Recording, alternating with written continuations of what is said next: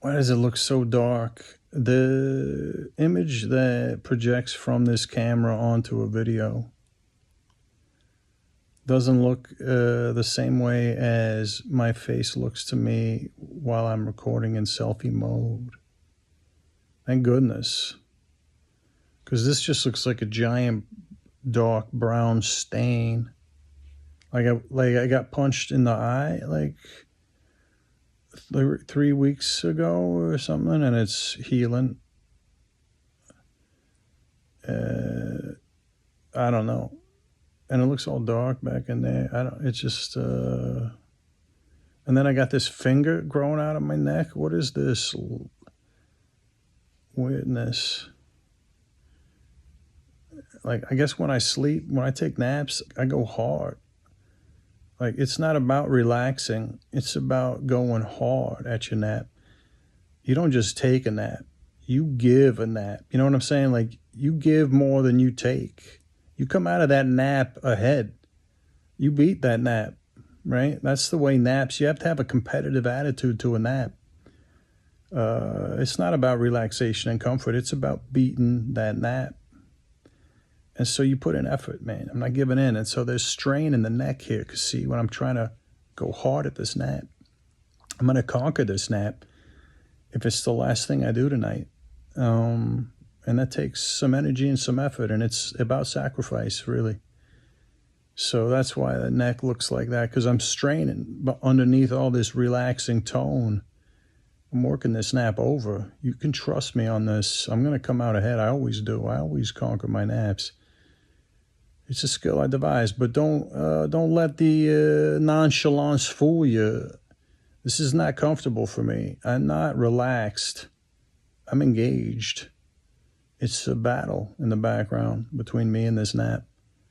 But it's all right. I got experience. I do it all the time. That's why this muscle looks so like youthful and like ripped.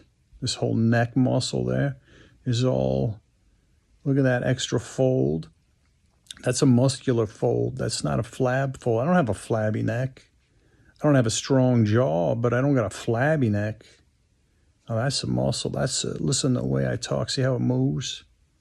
Yeah, it's because I work my naps. These naps are a workout. Even when I'm sleeping hard. Just like my cold dog slams. I go hard at everything, especially my naps. They're important. Naps deserve a priority. For sure they do. You got to treat them with respect. You can't go soft into your nap. Yeah, that's rookie shit. Yeah, you got to grow out of that stuff before you're out of high school. If you're a professional napper like myself, you learn to come engage. You come correct to your naps. Otherwise, they sandbag you. They sneak up on you. Next thing you know, you're waking up, you're all like, it's just, you feel like, yeah, you got to go back to bed. That nap was exhausting because you let that nap work you over. You learn to stop making those mistakes as you start to become more proficient at your naps. The whole thing with the nap is to go after it and go get it. Conquer it, if you will. Usually I do that with my head situation by just going hard into these pillows. That's the neck muscle action. But it's more than that. I go with an attitude. It's an attitude. It's a winning attitude is what it is. It's how I conquer these naps from the mental effort side. You know, it's not just the physical. You got to get in shape. I practice. Like I said, I've been doing this for a while. But it's a mental thing, probably 90%. Like they say, it's up here. And so you got to do a take no prisoners approach to your nap up there. You got to be mentally tough and aggressive. And you just don't fall for any seductive nap tactics. Don't ever give in. You fall asleep with a struggle. You wake up alert, though, and ready. And that's when you know you've conquered your nap. When you don't wake up all groggy and depleted. Like it's just been worked over. Because you have been worked over by that nap. Now you got to work your naps over yourself. You got to work them over. Anyway, that's why it looks like. That's probably why I got this mark on my eye. Because you don't come out unscathed sometimes with a nap battle when you're battling with your nap. Sometimes they get a good one in on you. and bags and discolored eyes, or sometimes it's an exhausting endeavor, really, to become a professional napper. It takes its toll. It's not all it's caked up to be. As a Luch would say, it's not all pork and beans. It's not always pork and beans. Sometimes it's pork and greens. You got to get your greens. You got to get your greens, as he would say. You got to take that medicine. Greens are like medicine. You got to take it. Pork and beans everything's great and gravy. But not everything's always like that. So you got to go pork and greens. Be prepared to eat your greens. It's good for you. Yeah, sometimes just be grateful it's not pork and spleens, as he would say, because nobody wants to be eating spleens. It's pretty gross. So at least we're not situated there. We're not looking at that situation. But yeah, so your naps, you got to learn to conquer them, or else just give up the profession. Maybe you go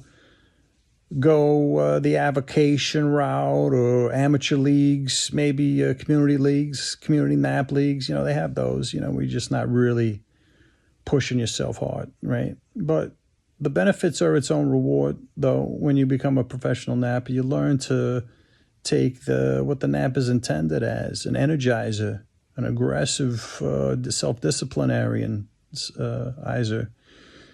It turns you into a tougher mental and usually a neck muscle. It depends. Some people sleep hard with their hips, like they really work those hips into the couch cushion.